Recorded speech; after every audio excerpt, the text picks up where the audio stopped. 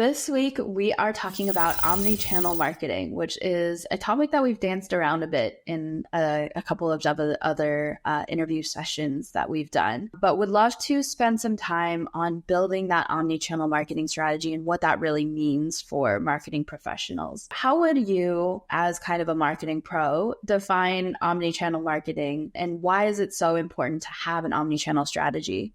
So for me, I think the main thing to think about is, so a lot of people, there's a difference between multi-channel and omni-channel in my mind. And a lot of people use those interchangeably. And internally, when I'm talking about like our multi-channel clients, I actually use the wrong word too, or I kind of interchange those. But the difference being, I think, is important. So multi-channel almost implies that you have a strategy or you have a series of strategies on different channels, and they might operate kind of in parallel. So I'm going to run some ads on Google. I'm going to run some ads on Facebook. I'm going to run some ads on LinkedIn.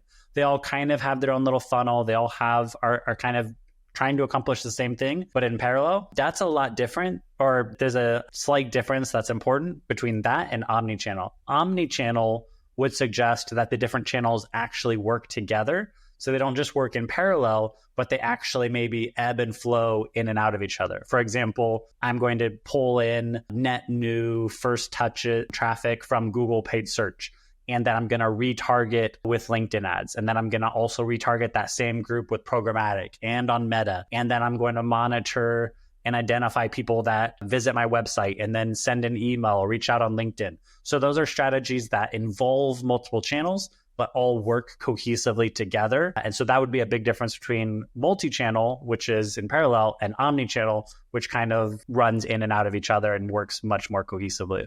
That's a really great distinction. Yeah, it's because omnichannel and multi-channel, like you said, end up getting used interchangeably in a lot of different situations, but in all reality, it doesn't necessarily mean the same thing. And so when we're talking about the difference between like omnichannel and multi-channel, I'd love to kind of touch on like why it's so important to distinguish that. Like, why is it so important to have this omnichannel strategy that works together? Part of it goes back to our talk from last week about marketing efficiency. So in my mind, having different channels that run in parallel, that can work. And each kind of channel is kind of trying to stand on its own and kind of source and close its own deals. But when you actually let the channels work together, you improve the marketing efficiency. So if I can actually get net new traffic from paid search, and then I can convert and qualify and convert that traffic with LinkedIn ads, if I can spread my retargeting out across multiple channels, I can increase the chance that I might convert that net new touch.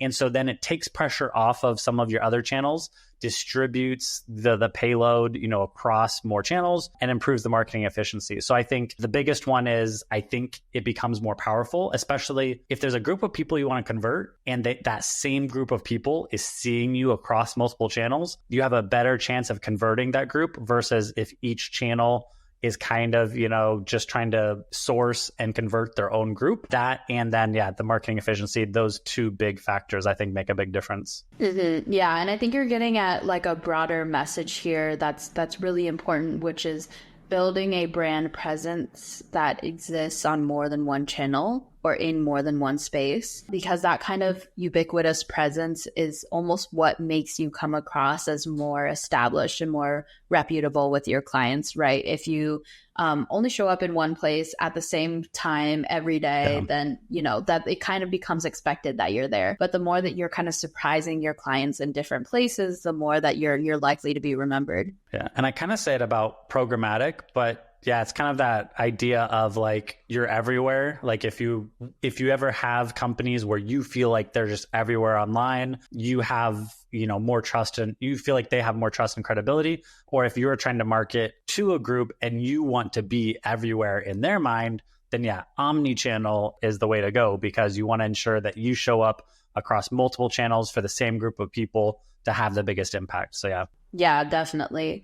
And so when businesses are building an omni-channel marketing strategy, what are some of those like key factors that they should keep in mind or consider in that building process? Probably the key factors would be, where do your clients exist? Where do they do research? Where do they go to educate themselves on these topics? Where do they go just to spend, the rest of their time? Understanding where your individual prospects live, hang out, entertain themselves, educate themselves, that could go a long way into A, determining what channels you should be on, and then B, maybe what budget distribution on those channels, because it might look different. Like not everyone is hanging out on LinkedIn. Even though we run a LinkedIn ads agency, we might, try to, if we weren't doing our clients justice, we might assume that, everyone's on LinkedIn and you should definitely be on LinkedIn. But the reality is, maybe they come to LinkedIn or YouTube to do more of their educational research. Maybe they take to Google, so paid search and SEO for more like bottom of the funnel activity. And then maybe, they're just hanging out, entertaining themselves on TikTok and Meta, and programmatic can be a great way to stay in front of them when they're not in like buying and research mode, but when they're just existing and you want to stay top of mind. So kind of understanding those habits of your prospects could help you in the planning and execution phase, I guess. And how do you kind of advise that businesses figure out where their audience is kind of living, or the channels that their audience is on? That is a much tougher question. I guess one of the things would be, so if they already have an idea, if they've done their own research, that would be great to bring. Otherwise, what you could do is you could kind of deploy a multi-channel strategy or an omni-channel strategy. And you could, maybe keep it more equally invested across the channels, and then wait to kind of see, what the data tells you. What is the impressions, the cost per click, the click-through rate on LinkedIn, on Meta, on programmatic, and kind of see, you should start to see the signals of where they're most active, where you're getting the most traction, where the meaningful conversions are coming from. And then that could give you a little better idea of how to redistribute that. And yeah, maybe you start running TikTok ads and you realize, none of these people are actually on TikTok, but that was a good experiment. Maybe you do find them on Quora or Reddit or some of these other places, and you find pockets that work for your group. So I guess experimenting and then looking at the signals and kind of seeing where the data takes you would be a good next step. Mm-hmm, definitely. And it's that like upfront investment in trying to figure out where your unique audience is. Because I think in marketing, it's such an important caveat to have, that every audience is super unique. And even if you feel like where your audience is, you might have a bit of your own like bias or your own misconception about it. Like you said, we're a LinkedIn ads agency, so maybe our bias is like all of our clients are on LinkedIn, obviously, but that's not the case. Like you said, there's obviously other platforms that they're showing up on, and it's still going to be important for us to show up there. It's also most founders and owners, I think, have a bias, or CMOs that have a bias. Where I spend my time, we kind of naively think that's where my prospects like spend their time. And because I don't use that platform, or I think that platform's silly, my prospects, my customers aren't using that. And you might find it's wildly different. Just because you've written off a platform doesn't mean that like 80% of your prospects haven't actually adopted that and find a lot of value in that. So yeah, set aside your own bias and, maybe experiment and see where the data takes you is probably great advice there. Yeah. And I think I run into that so many times too, where founders will just think that their prospect is exactly like them, or thinks exactly like them, or has a similar, day to day as they do. And it can be kind of surprising to see that data come in and realize that maybe, your prospects are showing up in different ways than you are, or maybe they, from a design perspective, they resonate more with designs that you thought would completely flop with them, things like that. Yeah, I have to deal with that constantly because I run a marketing agency and I consider myself a marketer, and yet our ideal client is like the founder or CEO of an IT service consulting business or a software company, and they don't think or like the same ads or language as if I'm actually marketing to a marketing agency owner. Like that group, okay, maybe they are exactly like me, but my other main clients are definitely not like me. And so I do need to like take myself out of my own bias and think, how can we actually come across the right way to this group in the way that they want us to, and where they hang out and stuff like that. So yeah, that's a big one. Yeah, definitely. Your clients are not you. That's always something you have to keep in mind. Yeah. And kind of circling back to the omni-channel marketing strategy here, and you've touched on this a little bit, so we might be repeating a bit here, but what are some of the platforms that you focus on, and how do you kind of use these platforms to work together? I kind of think of different platforms almost like different either tools in a tool belt or paint in a palette. Like you're trying to accomplish a big goal, and these are are small things that can be put together, but you kind of have to know what tool to use in what scenario. So the main way I think about it is they usually have a purpose. Some are best for top of the funnel. Some are best for middle of the funnel. Some are best for really squeezing conversions out of the bottom of the funnel. Some are good for, showing up when people are doing research. Some are good for inserting yourself when they're really evaluating competitors. So the main channels that I look at is paid search and SEO. That's usually foundational, top of the funnel kind of traffic. People are looking for, what you do. They're doing research on the pain points that you're solving, the solutions that you've put out. So that can be top or middle of the funnel. There's people looking for exactly what you do, like LinkedIn ads agency for SaaS companies, like people searching for that, that could be considered middle or bottom of the funnel. So if your ecosystem is lacking that kind of intent traffic, people who are clearly in market or researching those things, those could be great things to invest more in. I think LinkedIn ads has two parts. The LinkedIn retargeting is kind of a middle of the funnel hero. So if you already have traffic in your website, LinkedIn retargeting can qualify that traffic and help convert it and improve the efficiency of your other efforts.